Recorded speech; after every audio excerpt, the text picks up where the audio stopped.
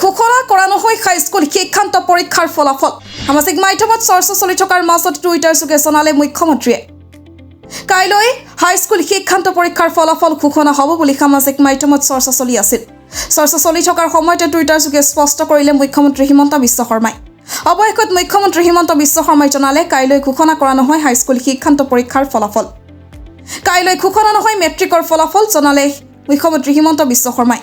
কিছু সময় পূৰ্বে টুইটাৰ যোগে এই কথা ঘোষণা কৰে মুখ্যমন্ত্ৰীয়ে কাইলৈ ঘোষণা কৰা নহয় মেট্ৰিক পৰীক্ষাৰ ফলাফল ইতিমধ্যে টুইটাৰ যোগে কৰিলে মুখ্যমন্ত্ৰী হিমন্ত বিশ্ব শৰ্মাই ঘোষণা নিজৰ এক্স হেণ্ডেলত মুখ্যমন্ত্ৰীয়ে লিখিছে সকলো অভিভাৱক আৰু ছাত্ৰ-ছাত্ৰীৰ বাবে মেট্ৰিক পৰীক্ষাৰ ফলাফল কাইলৈ প্ৰকাশ কৰা নহয় ফলাফল প্ৰস্তুত হোৱাৰ লগে লগে ঘোষণা কৰা হ'ব কাইলৈ মেট্ৰিকৰ ফলাফল ঘোষণা কৰা হ'ব বুলি খবৰ প্ৰকাশ পাইছিল একাংশ সংবাদ মাধ্যমত কিন্তু ইতিমধ্যে মুখ্যমন্ত্ৰী হিমন্ত বিশ্ব শৰ্মাই সামাজিক মাধ্যম যোগে জনালে যে কাইলৈ ঘোষণা কৰা নহয় হাইস্কুল শিক্ষান্ত পৰীক্ষাৰ ফলাফল